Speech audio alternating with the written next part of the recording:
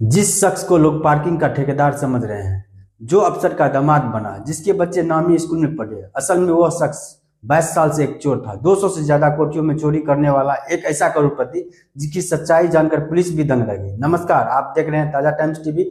मैं हूं कृष्णा सिंह राजपूत।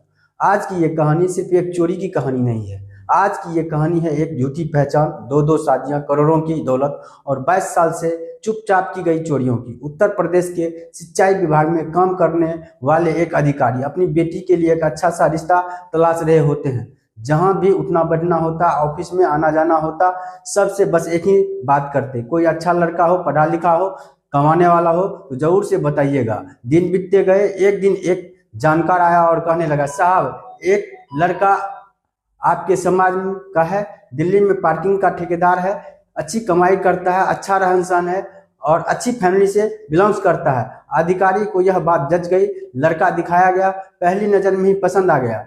बात आगे बढ़ी, रिश्ता तय हुआ और फिर धूमधाम से शादी हुई। शादी के बाद सब कुछ बिल्कुल सामान्य सा था।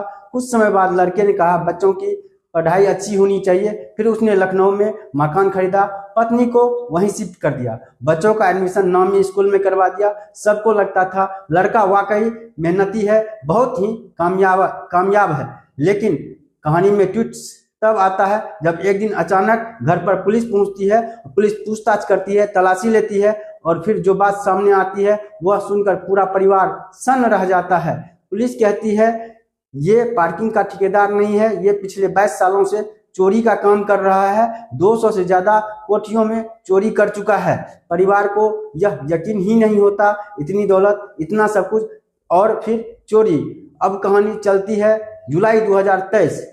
राजधानी क्षेत्र के दिल्ली कल्याण विभाग से एक कोठी कई दिनों से बंद थी। उसी बंद कोठी में चोरी हो जाती है। अगले दिन जब मालिक लौटते हैं तो घर का नजारा देख सन्न रह जाते हैं। घर में सारा सामान बिखरा पड़ा और घर का सारा सामान गायब, जमीन पर खून के निशान। सीधे पुलिस स्टेशन में शिकायत होती है। मामला सौंपा जाता है आईपीएस अधिकारी उत्कर्ष की टीम को। टीम आसपास के सीसीटीवी कैमरे खंगालती है। एक स्कूटर दिखाई देता है जिसका नंबर DL4C8081, जिस पर एक शख्स संदिग्ध हालत में घूम रहा होता है। रजिस्ट्रेशन निकाला जाता है, स्कूटर विनोद थापा के नाम पर होता है।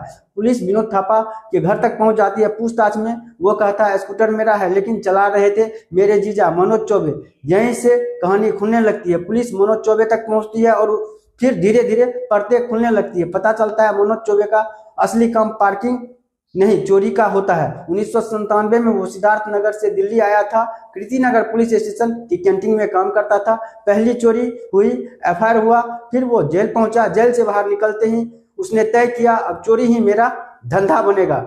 उसकी तरीका बेहद शातिर था। वो सिर्फ उन्हीं कोठियों को निशाना बनाता था जहां कई दिनों से न्यूज़पेपर बाहर पड़ा हो, पेड़ पौधे सूख रहे हो, सफाई ना हुआ हो। इलाके तय थे मॉडल टाउन, रोहिणी, प्रीतमपुरा, अशोक विहार और साउथ दिल्ली। अकेला जाता, अकेला ही चोरी करता और अकेला ही वहां से गायब हो जाता। दिल्ली में एक पत्नी सपना, उत्तर प्रदेश में दूसरी पत्नी अस्मिता और नेपाल में होटल, सिद्धार्थ नगर में अस्पताल, लखनऊ और दिल्ली में मकान। यह सब कुछ चोरी के पैसों से था। अंतिम चोरी, दरवाजा तोड़ते वक्त उसे चोट लगती है, खून बहता है और वही खून उसकी पहचान बन जाती है। दोस्तों, यह कहानी किसी को बदनाम करने के लिए नहीं है, यह कहानी है सावधान करने के लिए। रिश्ता तय करने से पहले सिर्फ बातों पर नहीं, तहकीकात पर भरोसा कीजिए, क्योंकि कभी कभी जो सबको शरीफ दिखता है वही सबसे बड़ा राज छुपाए बैठा होता है। आप देख रहे थे ताजा टाइम्स टीवी। मैं हूं कृष्णा सिंह राजपूत। सावधान रहिए, सतर्क रहिए, अपना और अपनों का ख्याल रखिए। जय हिंद।